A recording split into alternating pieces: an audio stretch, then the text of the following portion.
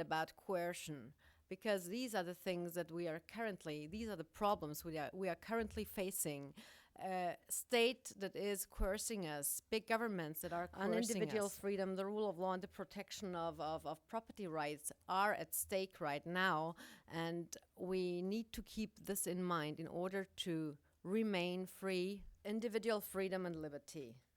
It's the achievement principle, self-responsibility, competition, sound economics, democracy, another virtue that has been lost, and of course, trust. So what puts those virtues, what puts those foundations of modern civilization at risk?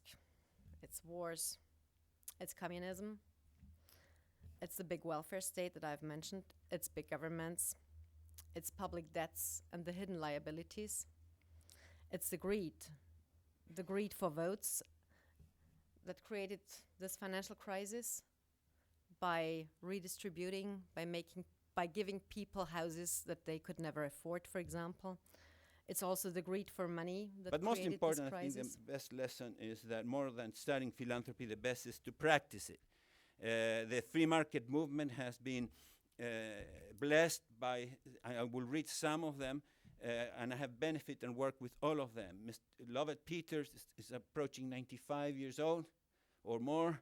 At 70, he created his first think tank. He has devoted all his fortune to, mostly anonymously, for many years.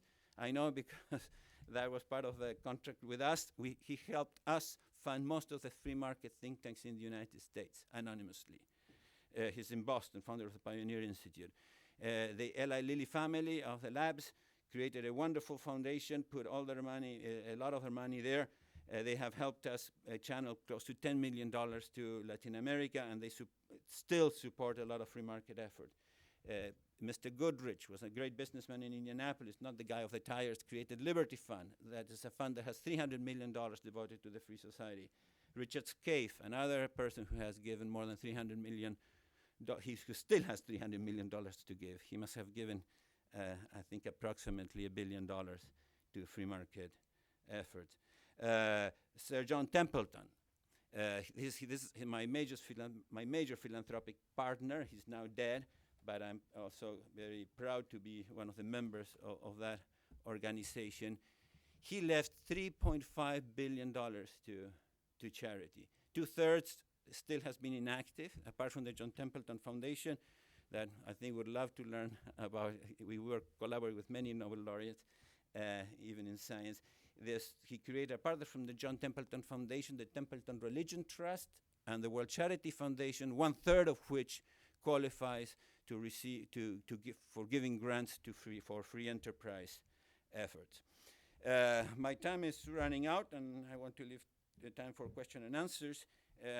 But I think from Engels to George Soros, Engels with Karl Marx in the 19th century to George Soros today, plus all the dollars that government gives to increase interventionism, if you add all this money, all that free market money, it just is 0.3% of all that is given in the United States. 0.3%.